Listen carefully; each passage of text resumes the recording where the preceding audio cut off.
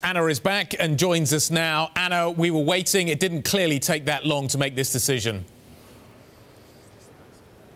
Yes, it didn't, did it? They spent a lot of the morning talking about Euro reform. Then they moved on to Brexit. They were late moving on to Brexit, but they did, as we thought they would, show a very united front and get to this decision very quickly. So the EU 27 deciding, as we've heard from Donald Tusk then this morning, deciding that sufficient progress has been made to move on to the next stage. But here is where the hard work starts, both in terms of agreeing a new trade deal within the UK, agreeing between the UK and the EU 27, and the EU 27 coming to the same page. There are many different versions of what Brexit could look like from here, and we'll have to see first what the UK really wants. That is the order of things. They're the ones who have to come to the table first, and then the EU shows their hand a little bit later on next year.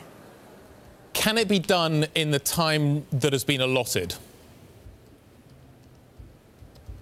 Well, it's a good question, isn't it? I mean, at the moment, what we're hearing is so we move on to implementation or transition, depending on whose language you're using, and then we go on to talking about the future trade deal.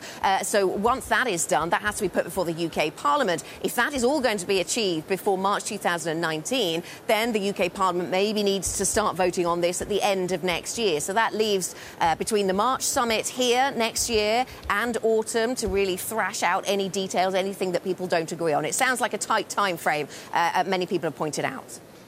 And when we look at this in the politics, I'm going to assume as a hack that this is actually a huge victory for Prime Minister May.